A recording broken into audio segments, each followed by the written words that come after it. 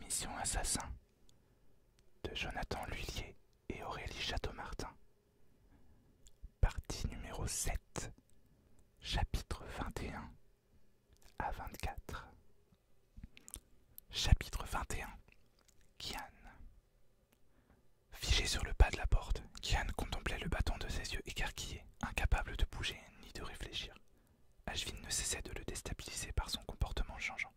Par moments, il était agressif et froid, voire même cassant dans sa façon de parler et de traiter son camarade, et l'instant d'après, il explosait de rire ou bien lui offrait un baiser, comme si c'était là un geste tout à fait naturel. Depuis leur rapprochement, Ashvin avait embrassé Kian 4 fois. 2 fois l'avant-veille, juste avant qu'ils aient découvert l'existence du complot contre la guilde, si l'on comptait l'incroyable roulage de pelle échaudé comme un seul baiser. Une fois sur le toit, la veille, alors qu'ils discutaient d'un plan pour contrer la conjuration, et une fois à l'instant. Kian ne comprenait plus ce qui lui arrivait, mais il était certain d'une chose, il aimait Ashvin plus encore qu'il ne l'avait jamais aimé de sa vie, et cela le perturbait atrocement, parce qu'il ne savait pas sur quel pied danser. Ce n'était pas le bon moment pour éprouver ce fouillis d'émotions variées qui le dépassaient. Néanmoins, il avait conscience que seule la situation, complexe et périlleuse, avait permis ce rapprochement. Il secoua la tête, tenta de se concentrer sur l'essentiel. Cette nuit, il s'introduirait chez Mr. Finnegan et fouillerait son appartement sans laisser de traces, dans le but de chercher des preuves de son implication dans la conjuration. Il n'avait aucun doute sur la réussite de sa mission. Entrer dans l'académie, fût-ce un samedi soir et malgré les sécurités qui y étaient enclenchées, ne lui poserait aucun problème majeur.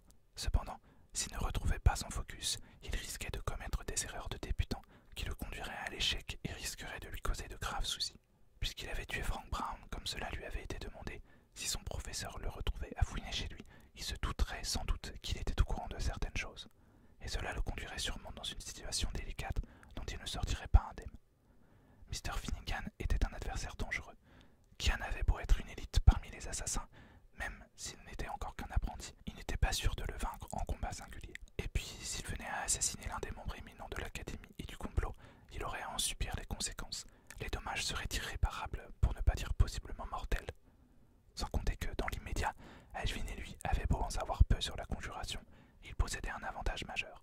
Celle-ci ignorait qu'ils étaient au courant de son existence et d'une partie de ses plans. Or, Kian souhaitait utiliser cet avantage en leur faveur.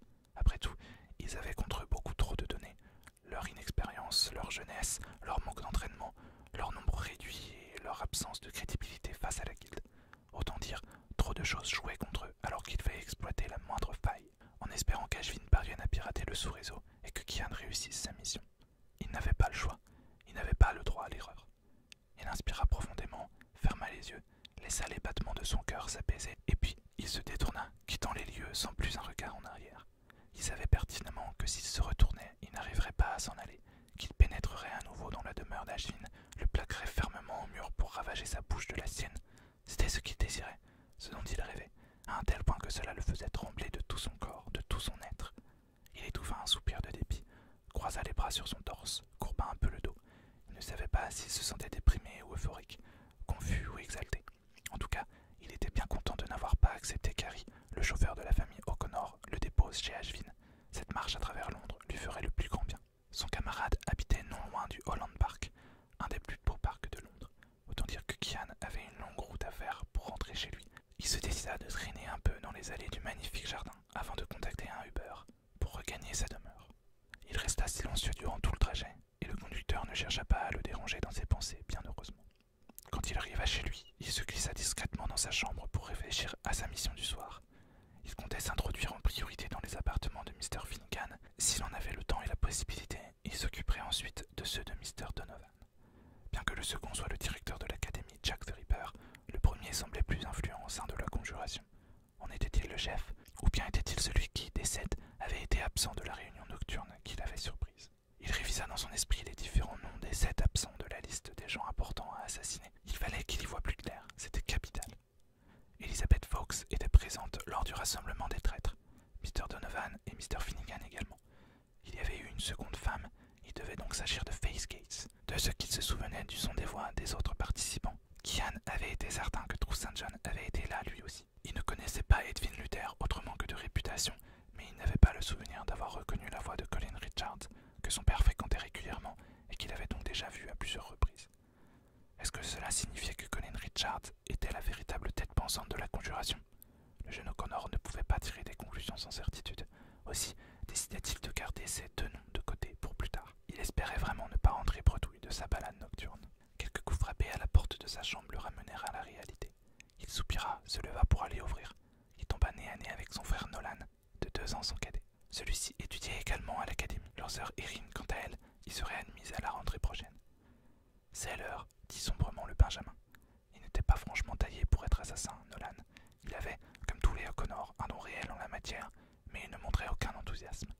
Depuis la rentrée dernière en prime, il avait décidé de se convertir au bouddhisme et refusait, par ce fait, de tuer tout être vivant. Ce qui était franchement incompatible avec la profession pour laquelle il était formé. Kian retint un nouveau soupir, acquiesça gravement. « Je me change et j'arrive, promit-il. Aussitôt, Nolan le détailla de la tête aux pieds et un sourire vaguement ironique s'imprima sur ses lèvres. Oh, mais c'est que monsieur est bien habillé, coiffé et même parfumé, se moqua-t-il. Rendez-vous galant. Mais non, balbutia l'aîné en rougissant. Tu étais où tout à l'heure?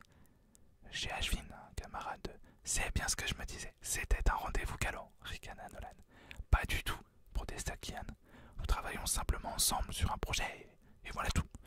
Aux dernières nouvelles, la terre entière est au courant que tu es amoureux de cette Ashvin Irapati, Kian, tu sais. L'intéressé haussa un sourcil surpris. D'où connais-tu son nom de famille? Demanda-t-il. Nous fréquentons la même école et je m'intéresse à mon aîné. Ce n'est pas comme si nous avions appris à ne pas tout savoir dans cette famille de toute manière, n'est-ce pas? C'est vrai, réfléchit Kian. Les deux adolescents se sourirent. Ils avaient toujours été plutôt proches et, n'ayant que 2 ans d'écart, ils avaient passé beaucoup de temps ensemble. Aussi bien à courir dans les couloirs du manoir qu'à suivre les enseignements des O'Connor. L'un studieusement, l'autre sans réelle implication. Pour autant, Kian avait toujours protégé son cadet autant qu'il le pouvait. Il avait souvent couvert dans ses fuites et autres facéties. D'après leur grand-père, ce n'était pas constructif, mais l'oncle Malone, quant à lui, estimait que jeunesse devait se passer et que Nolan n'avait pas à subir le poids que l'aîné, lui, acceptait avec honneur.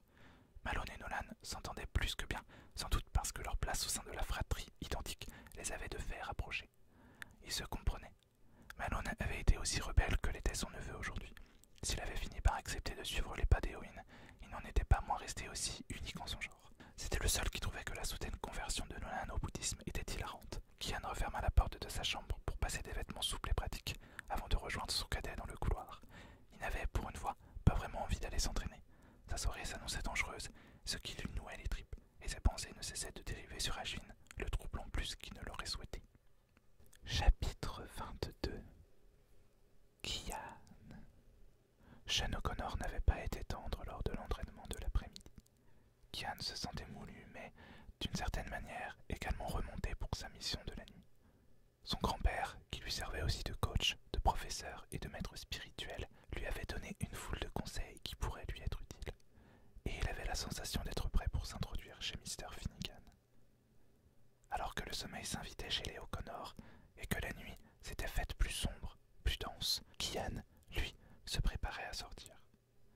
Vêtu de noir, portant des habits confortables, souples et à la praticité imparable, il avait dissimulé sur son corps, à l'aide de harnais faits du vinyle le plus fin et le plus solide qui soit, dagues de jet, éventail en métal et poignard, sans compter une petite sarbacane, cadeau de feu sa grand-mère pour son 15e anniversaire, dont les fléchettes contenaient une douille à poison. Ne souhaitant pas tuer qui que ce soit, il avait dérobé dans l'herboristerie familiale une fiole de somnifère puissant, dont les effets secondaires avaient pour avantage de brouiller assez l'esprit de la victime pour qu'elle ne se souvienne plus des événements. Il n'avait pu s'empêcher de penser que celui-ci avait été conçu 3 ans plus tôt par Edwin Luther en personne. Scientifique de renom, on lui devait de nombreux poisons, mais aussi des armes plus légères, plus discrètes, plus perfectionnées, et également des bombes et autres grenades dont l'efficacité n'était plus approuvée. Qu'il soit en vérité l'un des traîtres de la conjuration était, aux yeux de Kian, une menace extrêmement inquiétante. Qui savait ce qu'il avait offert aux autres comploteurs, dont la guilde ignorait tout, et qui pourrait tous les mettre en danger. Bien décidé à réussir sa tâche de la nuit, Kian se glissa sans bruit hors du manoir familial et traversa le jardin en courant d'un pas léger. Comme il habitait à pas loin de 4 kilomètres de l'académie, il avait dissimulé à l'extérieur de l'enceinte du vaste jardin de sa demeure un vélo qu'il avait emprunté à Devin, le fils du jardinier, de 3 ans son cadet.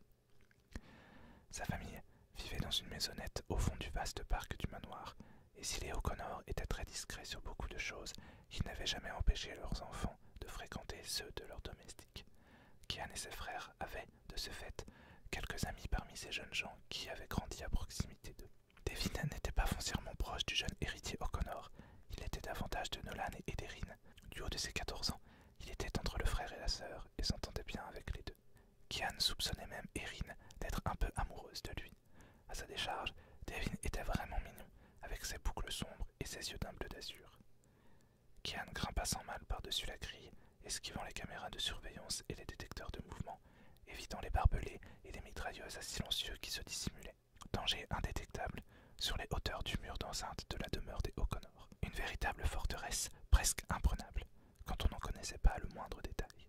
Enfin, il sauta à terre et se faufila dans l'ombre en direction du buisson qui cachait la bicyclette qu'il s'apprêtait à enfourcher pour prendre la direction de Whitechapel. Ce fut alors qu'un léger applaudissement le figea sur place. Se mettant en position défensive, il cessa presque de respirer, tentant de percevoir les bruits de l'inconnu qui se trouvait là. Mais celui-ci semblait silencieux, ce qui stupéfia Kian. Il ne connaissait qu'une seule famille capable de faire preuve d'une discrétion à toute épreuve. Un rire étouffé lui prouva que son instinct avait vu juste. « Nolan, expira-t-il.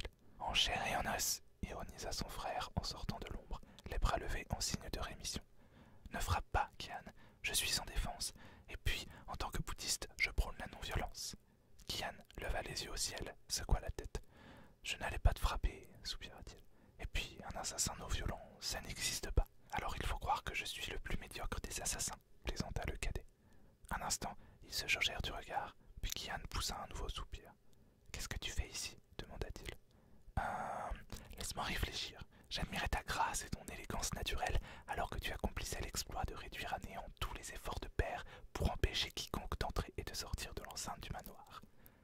Kian inspira profondément, tentant de ne pas s'agacer de l'humour déplacé de son frère alors qu'il était pressé. Je n'ai pas le temps pour tes pitreries, Nolan. Je ne suis pas venu t'importuner, Kian, s'excusa le cadet en s'avançant vers son aîné. Pour tout te dire, quand Devin m'a dit que tu lui avais emprunté sa bicyclette, je me suis demandé si tu avais perdu l'esprit. Puis, j'ai pensé que tu avais un rendez-vous galant. Mais, comme tu n'es pas menteur et que tu affirmes que vous travaillez tous les deux sur un projet, j'en ai conclu que ce dit projet n'était peut-être pas un simple exposé scolaire, si tu en viens à tenter d'échapper à la vigilance de père en plein milieu de la nuit. Il offrit un sourire rayonnant à son frère. Tu me vois donc intrigué d'en savoir plus sur ton escapade nocturne. Nolan, protesta Kian à voix basse, tu te doutes bien que je ne peux rien te dire. S'il te plaît, ne complique pas les choses. C'est dangereux. Quoi donc? Ce que tu comptes accomplir en plein milieu de la nuit. Kian se mordit la lèvre. Il détestait mentir, et face à son cadet, il savait bien que celui-ci ne serait pas dupe. Possiblement, admit-il. Alors je veux être de la partie, conclut Nolan d'un ton léger. Kian le fixa comme s'il était soudain devenu fou. Tu n'y penses pas, objecta-t-il dans un souffle à peine contenu. Tu remarqueras que si je n'y pensais pas, je ne l'aurais pas proposé, répliqua le cadet avec humour. Nolan, c'est hors de question. Je ne peux en aucune façon t'impliquer là-dedans. Et pourquoi pas? Tu as peur que ton petit frère chéri risque sa vie? Évidemment, et puis cette sortie dépasse de loin tout ce que tu peux envisager. Ah oui, tu m'expliques? Non, rentre au manoir, Nolan. Celui-ci croisa les bras, se plaçant entre son aîné et la bicyclette. On va faire simple, Kian. Je viens avec toi ce soir. Je ne te laisse pas risquer ta vie de manière clandestine sans t'accompagner. En contrepartie, je ne dirai rien à personne sur ton escapade nocturne et je ne poserai pas de questions sur votre projet top secret. Nolan, soupira son frère, ce n'est pas négociable, Kian. Il avait un air assuré que jamais Kian ne lui avait vu. Il s'approcha de lui, posa une main sur son épaule, le contemplant droit dans les yeux. C'est dangereux, protesta l'aîné. Au-delà de ça, tu risques de te retrouver mêlé à une affaire qui pourrait te coûter la vie. En plus, tu détestes tout ce qui touche de près ou de loin au monde des assassins. C'est faux, rétorqua le cadet. J'aime me fondre dans le noir, j'aime savoir utiliser mon corps au maximum de ses capacités. Ce que je ne veux pas, c'est tuer pour tuer. Est-ce que tu comptes assassiner des gens cette nuit? Kian secoua la tête. C'est bien ce que je pensais en découvrant la fiole de somnifère absente dans l'herboristerie, ironisa Nolan. Cette fois-ci, Kian fixa son frère avec intérêt. Tu es plus doué encore que je ne l'imaginais, murmura-t-il. Attentif aux moindres détails, répondit son cadet. N'y s'étant plus, conscient qu'il avait la chance de posséder un allié de taille, Kian finit par hocher la tête avec gravité. Très bien. J'accepte ton chantage, Nolan. Celui-ci se gratta la tête avec embarras. Mon but n'était pas vraiment de te faire chanter, avoua-t-il un peu gêné. Eh bien, tu aurais dû t'y prendre autrement dans ce cas, rit Kian en l'esquivant vivement. Avant que son cadet n'ait eu le temps de réaliser qu'il s'était libéré de lui sans mal, il saisit le vélo et grimpa dessus. Allons-y, chuchota-t-il en lui faisant signe. Nolan grimpa sur le porte-bagages et aida son aîné à démarrer. Kian n'était pas un habitué de la bicyclette et celle-ci vacilla dangereusement sous le poids des deux adolescents avant qu'ils ne parviennent à la contrôler. Enfin maître de son véhicule, il s'élança dans les rues sombres de Londres. « Où allons-nous » cria Nolan pour se faire entendre. « Tu verras bien, » répondit son frère. Chapitre 23. Ashvin. Après avoir refermé la porte, Ashvin s'était retourné et adossé à celle-ci. Il était resté immobile pendant plusieurs minutes, pensif et inquiet, avant de se rappeler qu'il avait du pain sur la planche. L'adolescent se fit donc violence pour regagner son ordinateur, toujours allumé et connecté au réseau Reaper. Ce dernier n'était pas celui qui posait problème. Il pouvait encore y accéder facilement. Le sous-réseau privé de ces fichus traîtres, lui, avait un protocole spécial, renouvelant le mot de passe à intervalles réguliers. Avant de s'y coller, Ashvin implanta un mouchard dans le réseau principal au cas où une telle sécurité y serait aussi installée, ce qui serait logique, et qui lui permettrait de toujours pouvoir se connecter. La première fois, tout avait été beaucoup plus simple, puisqu'il avait eu directement accès au code. Aujourd'hui, il allait devoir retrouver le mot de passe composé de 12 lettres, chiffres ou encore symboles. Autant dire que gagner au loto était plus probable que de récupérer la bonne combinaison. Ashvin posa ses coudes sur la table et enfouit son visage dans ses mains, complètement désemparé. Après plusieurs minutes dans cette posture, à se lamenter, il se redressa subitement et s'envoya une gifle sur la joue. « Espèce de débile, va !» s'exclama-t-il. Il se leva et traversa le salon. Deux portes se présentaient devant lui, en dessous de la bibliothèque, accessible par une échelle en métal. Il ouvrit celle de gauche sans vraiment réfléchir et s'engouffra dans le bureau de son père. D'aussi loin qu'il s'en souvenait, il n'avait jamais eu l'autorisation d'y entrer. Pas que ça l'ait empêché de le faire à de nombreuses reprises. Dans tous les cas, il n'avait plus vraiment le choix aujourd'hui, ni de compte à rendre à personne puisque son père avait eu ce qu'il méritait, voilà bientôt 1 an. Étrangement, depuis la mort de celui-ci, son bureau, si mystérieux et empli d'interdits pour le jeune Ashvin, était devenu une pièce banale et étouffante dans laquelle il n'aimait plus du tout se rendre, bien au contraire. Mais pour gérer les affaires de son défunt père et essayer de faire croire à tout le monde qu'il était toujours vivant, il n'avait pas vraiment le choix. Si Ashvin ne préservait pas les apparences, adieu la vie à Londres et retour chez son oncle en Inde, ce qu'il n'envisageait pas une seule seconde. Il y avait cependant bien une chose qu'il adorait dans ce bureau, et c'était même, en partie, la raison de sa présence ici ce soir. L'ordinateur de son père était une petite merveille de technologie, regorgeant d'options et d'outils plus performants et utiles les uns que les autres, pour les assassins et les espions en tout cas. Notamment un programme très puissant, capable de trouver un mot de passe en un temps record. Bon, étant donné la complexité de celui qu'il lui faudrait déchiffrer, ça pouvait lui prendre plus de temps. En réalité, ça pourrait durer entre 1 seconde s'il avait de la chance à une éternité s'il n'en avait pas. Il alluma le PC et se connecta directement au réseau Reaper avant de se rendre sur celui des traîtres, puis lança la procédure. Ashvin resta ensuite planté devant l'ordinateur pendant de longues minutes, les yeux rivés sur l'écran et plus précisément sur la case indiquant l'avancement de la recherche, à espérer sans succès un résultat immédiat. Finalement, il décida d'aller prendre une douche afin de se rafraîchir les idées. Une fois sous le jet tiède, il ferma les paupières afin d'apprécier le filet d'eau lui coulant sur le visage. C'est à ce moment précis qu'une paire d'iris verts lui revint à l'esprit. Un regard qui le hantait de plus en plus, tout comme une certaine bouche qui ne semblait pas pouvoir s'empêcher d'embrasser, quand bien même son subconscient lui disait que c'était une mauvaise chose. Mais Kian avait cette aptitude à lui faire baisser toutes ses barrières, le poussant à assouvir ses pulsions. Il devait se l'avouer, il n'y avait rien qu'il désirait davantage que les lèvres du bel Irlandais. Après quelques instants, il sentit une douce chaleur au niveau de ses reins et machinalement, il saisit son sexe, déjà en érection, à pleine main et entreprit de se caresser dans une suite de va-et-vient. Même s'il ne voudrait jamais se l'avouer, cela faisait maintenant plusieurs jours qu'il avait envie de s'adonner à ce petit plaisir solitaire. L'image de Kian envahissant sans arrêt toutes ses pensées. Ses yeux, sa bouche, son corps mince et musclé qu'il avait auparavant pu admirer discrètement en cours de natation et dans les vestiaires. Par quel miracle n'était-il jamais tombé sous le charme de son camarade par le passé? Si on mettait de côté son don naturel à l'énerver, à se montrer supérieur et à parler comme un livre, bien que ce point lui soit de moins en moins désagréable, ce mec était d'une beauté à couper le souffle. S'il n'avait pas appartenu à l'une des plus puissantes familles d'assassins, il aurait certainement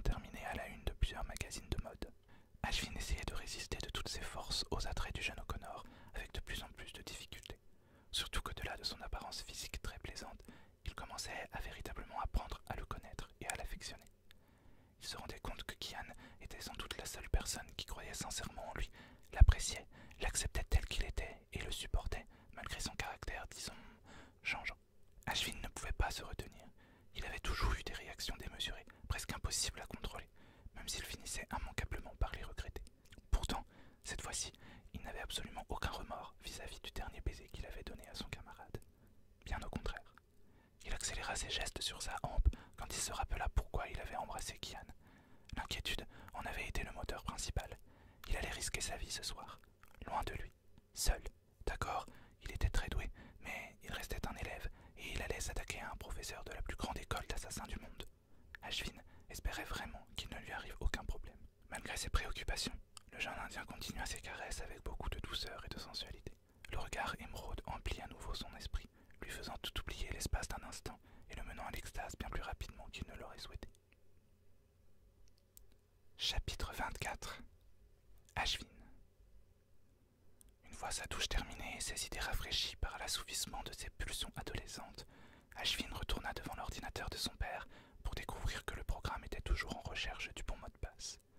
Il saisit son téléphone et appuya sur l'application SMS, mourant d'envie de savoir si Kian allait bien, s'il se préparait pour sa mission ou même si celle-ci avait déjà commencé.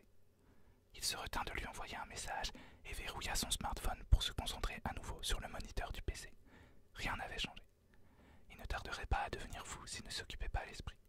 Plutôt que de rester planté devant l'appareil pendant des heures, il décida qu'il était temps de se renseigner davantage sur les affaires de son paternel. Le fait que ce dernier connaisse et soit en contact régulier avec Edwin Luther ne pouvait pas être une coïncidence. L'adolescent espérait simplement qu'il n'ait pas lui-même participé à la montée en puissance des traîtres en finançant leur projet par l'intermédiaire de son géniteur. D'accord, il s'occupait de tous les papiers et règlements, mais pas plus que ça en réalité. Il ne lisait jamais vraiment ce qu'il recevait, que ce soit par la poste ou par mail. S'il fallait payer, il payait, sans véritablement se demander à quoi cet argent servirait. Il s'en moquait royalement, à dire vrai. Du moins, jusqu'à aujourd'hui. Il espérait à présent que ce manque d'intérêt ne les mène pas, lui, Kian, la guilde et peut-être même le monde, à une catastrophe inévitable. Malgré le matériel ultra perfectionné qu'il possédait, la paranoïa maladive du père d'Ashvin le poussait à ne presque jamais rien conserver d'important sur son ordinateur. Il préférait tout imprimer et supprimer ses traces informatiques juste après. C'est pour ça que l'adolescent ne perdit pas son temps à regarder dans l'appareil. Il se leva et se dirigea vers le mur d'en face, intégralement recouvert d'étagères, toutes remplies de papiers parfaitement triés. Car en plus d'être parano, Panga Girapati était un maniaque du contrôle et du rangement. Au moins, il allait être plutôt facile de trouver des indices et, qui sait, peut-être des preuves du complot, ce qui arrangerait bien Ashvin, qui pourrait enfin en parler à des personnes compétentes, le débarrassant de ce fardeau. Même si, paradoxalement, il ne s'était jamais autant senti vivant que ces derniers jours. Frôler la mort avait de quoi vous ramener à la vie. Et puis, sans cette histoire, il ne se serait jamais rapproché de Kian et... Il secoua la tête. Il ne fallait pas qu'il pense au bel Irlandais. Sinon, il n'accomplirait jamais sa mission et se tripoterait de nouveau comme un ado obsédé. Il en était hors de question. Après plusieurs heures de recherche, Ashvin était assis par terre et regardait, complètement impuissant, la marée de papier jetée au sol devant lui. Rien. Il n'avait absolument rien trouvé. Ni de compromettant et encore moins de cohérent. Son père n'était peut-être finalement pas si pourri que ça. Il éclata de rire à cette idée. Il portait encore des cicatrices capables de prouver le contraire. Il avait cependant remarqué des codes disséminés sur chacun des documents. Ils étaient posés là, sans véritable raison, et n'avaient même pas de sens aux yeux de l'adolescent. Enfin, ce n'était pas totalement vrai. Ces chiffres et ces lettres lui rappelaient quelque chose, sans qu'il n'arrive à savoir quoi. Afin de se rafraîchir l'esprit, il hésita de se préparer un thé vert. Quelques minutes plus tard, il était assis dans la cuisine quand il se rendit compte que la réponse à sa question se situait juste en face de lui. La bibliothèque. Son père lui en interdisait l'accès, sous le motif qu'il était dangereux d'y monter. Évidemment, comme cela ne lui était pas autorisé, il y allait dès qu'il le pouvait. Du moins, au début, puisque les livres rangés dans cette dernière n'étaient vraiment, mais alors vraiment pas intéressants. Cependant, il avait tout de suite remarqué le système de classement que son père leur avait attribué. Système composé de chiffres et de lettres, les mêmes qui se trouvaient à répétition sur les papiers qu'il avait feuilletés. Il se dirigea rapidement en direction du mur opposé et grimpa sur l'échelle, manquant presque de se retrouver par terre en sautant une marche. Il commença à chercher les livres correspondant au code, dénicha le premier et le saisit. Reproduction des oies sauvages en Asie. Ashvin haussa un sourcil, perplexe. Il parcourut l'ouvrage, pensant que la couverture mentait sur son contenu ou que quelque chose de plus important y était caché. Les nombreux croquis et photos très détaillés finirent par lui Rien d'intéressant donc, sauf pour les zoophiles. Peut-être que son père avait voulu brouiller les pistes et que les réponses reposaient dans les autres volumes. Compte rendu des débats du deuxième atelier international sur les souris nues. L'adolescent ne savait pas s'il devait rire ou pleurer. Qui inventait des titres pareils et qui possédait ces fichus bouquins loufoques? Il le survola, sans surprise, rien ne concernant ses recherches n'y apparaissait. Dernière chance avec le dernier ouvrage. Ashvin leva les yeux au ciel en découvrant l'intitulé. Le grand livre des histoires de cheval lesbiennes. Il ne s'attendait plus à grand-chose, mais s'en empara quand même. Il n'eut pas le temps de l'ouvrir qu'un cliquetis se fit entendre juste en face de lui. À sa grande surprise, les étagères se mirent à bouger pour révéler une pièce dont il n'avait jamais eu la connaissance.